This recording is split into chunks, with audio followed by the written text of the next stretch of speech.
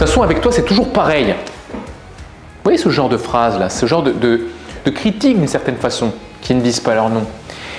Je vous invite à aller voir comme pourrait le faire Miguel Ruiz, cet auteur qui est connu parce qu'il a écrit les 4 accords Toltec. Et si vous ne connaissez pas ce bouquin, courez l'acheter, vraiment, parce qu'il peut aider à développer une nouvelle philosophie de vie. C'est comme une religion de vie, hein, ces 4 accords Toltec. Ben, vous voyez, cette attaque, c'est un petit peu comme une patate chaude. Voilà, avec toi, c'est toujours pareil.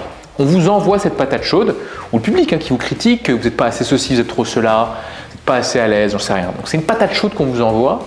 Et là, quand vous réalisez qu'on vous envoie la patate chaude, vous avez plusieurs possibilités. Soit vous la prenez et dans ce cas-là, elle vous chauffe les mains et dans ce cas-là, vous allez la retirer, la relancer. Non, mais c'est toi! C'est toi! Et après, on se renvoie la patate chaude. Parfait! Mais si vous faites ça, la patate chaude qui était à votre interlocuteur devient la vôtre, donc vous êtes responsable de ce que vous envoyez, puisque vous l'avez envoyé. Et puis, il y a une autre possibilité. L'autre possibilité, c'est de ne pas ramasser la patate chaude qu'on vous a envoyée. L'autre possibilité, c'est de dire « Ok, on m'envoie cette patate chaude, elle est tombée à côté. » Et je ne vais pas la renvoyer. Je vous demande de faire pareil avec toute critique potentielle qui peut vous toucher. Vous n'êtes pas assez éloquent, manquez de confiance en vous, c'est trop timide. Ok, on vous envoie la patate chaude, ne la renvoyez pas. Ne cherchez même pas à la toucher, vous pourriez vous brûler.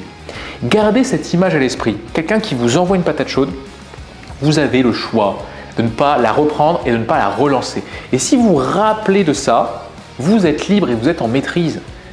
Ce n'est pas parce qu'on me critique que je dois critiquer derrière. Ce n'est pas parce qu'on m'attaque que je dois contre-attaquer. Le fait de contre-attaquer montre bien que j'ai été victime et donc dans un mouvement de défense, je cherche à attaquer. Ne vous faites pas avoir par ce jeu qui consiste à avoir peur de la critique et donc à critiquer de nouveau pour se défendre. Ne laissez pas ces personnes qui n'ont rien à faire vous toucher avec leur patate chaude. Donc rappelez-vous de ça, si vous voulez être plus à l'aise avec cette idée de la critique et moins en souffrir, ce ne sont juste pas, j'allais dire vos oignons, vos patates. À demain.